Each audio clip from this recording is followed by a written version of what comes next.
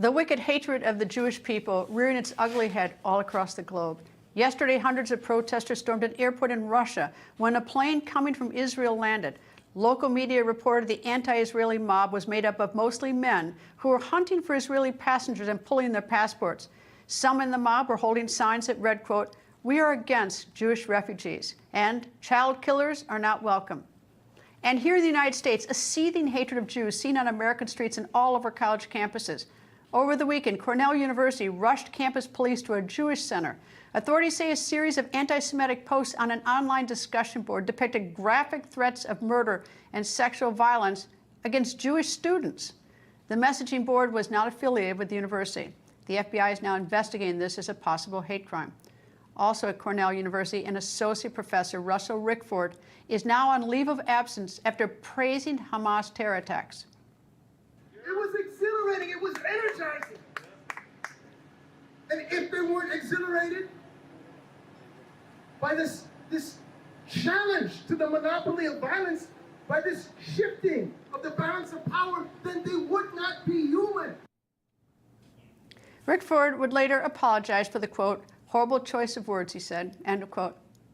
As an aside, I wonder, is that a real apology or just one of those when someone is sorry that he got caught?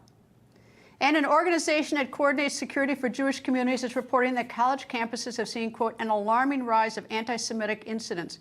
Since the October 7th terror attack on Israel, the group has logged 94 incidents on campuses and 614 other incidents across our nation. Last week, we reported about the disgraceful Cooper Union College horror. Jewish students forced to lock themselves inside a library after anti-Israeli protesters blocked the doors and banged on them. Anti-Israel sentiment also seen at Harvard, where 34 student groups rushed to condemn America's ally Israel after it got attacked by Hamas. On Friday, Harvard's president announced that the university has created an advisory council to combat anti-Semitism. Harvard Law Professor Emeritus and author of the book Get Trump, Alan Dershowitz, joins me. Alan, I have to start with your school, Harvard.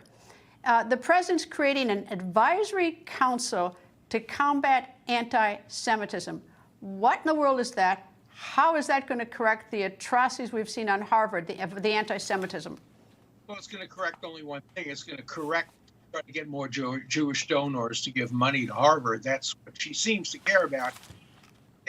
Statement only after Jewish donors threaten to cut off any funding. Let's Harvard.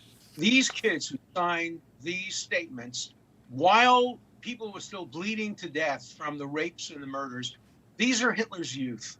These are the same as the people who conducted Kristallnacht 85 years ago next week. These are the same people who fought for the Ayatollahs to come to power.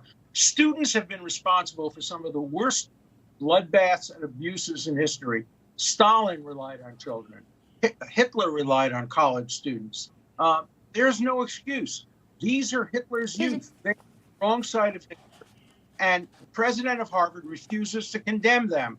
She's now finally, after a lot of pressure, being willing to condemn Hamas, but she's not willing to condemn Hitler's youth among her students and among her faculty. And until she does that, I urge everybody to stop contributing to Harvard, to Yale, to the City University of New York, to the University of Pennsylvania.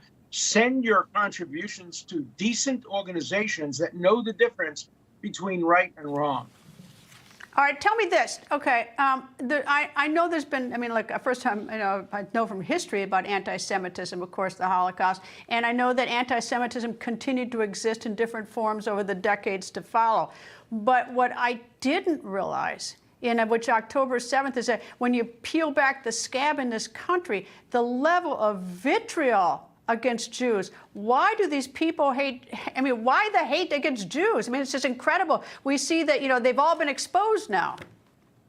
It's because of their professors and because of administrators. And part of it is because of what happened in the reckoning following the death of George Floyd. Every university has created departments of anti-Semitism through their diversity, equity, and inclusion. It's diversity, equity, and exclusion. Jews are excluded. And many of these campaigns are led by students who see themselves as part of the oppressed, even though they're among the wealthiest people probably on campus, the children of billionaires, many of them. But they see themselves as part of the intersectionality and oppressed, and they take it out on Jews. But let's remember, 18-year-old students are expelled if they engage in plagiarism. They don't make an excuse, we didn't know what we were writing. These students have to be held accountable. And I want the name of every student who held up signs that said, clean the country of Jews. That's a Hitler sign, putting a Star of David into a garbage pail. These neo-Nazis have to be called out for what they are. They cannot be hired by law firms. Would you want any client to be represented by somebody who supported the raping and murder of this woman who was carried through the streets naked and shown off to cheering Hamas crowds? That's what these students are supporting. And we have to know who they are to know not to hire them and not to allow our clients to be represented by them.